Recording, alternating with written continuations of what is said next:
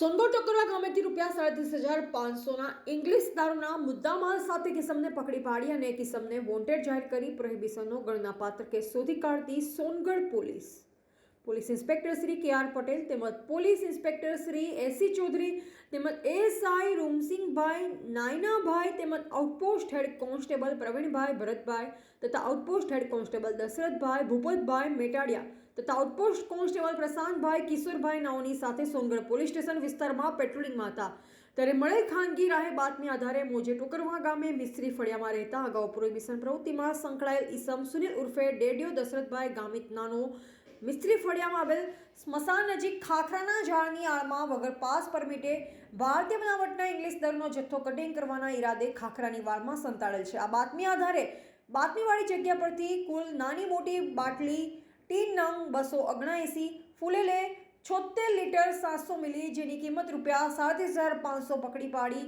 સુનિલ ઉર્ફે ડેડિયો દશરથભાઈ ગામિતનાઓના વિરુદ્ધમાં ગુનો નોંધી ગુનાની આગળની તપાસ police sub inspector Shri K R. Patel Songadh police station નાઓ કરી રહેલ છે। રિપોર્ટર વિશાલ જ્ઞાનચંદાની, સોનગઢ।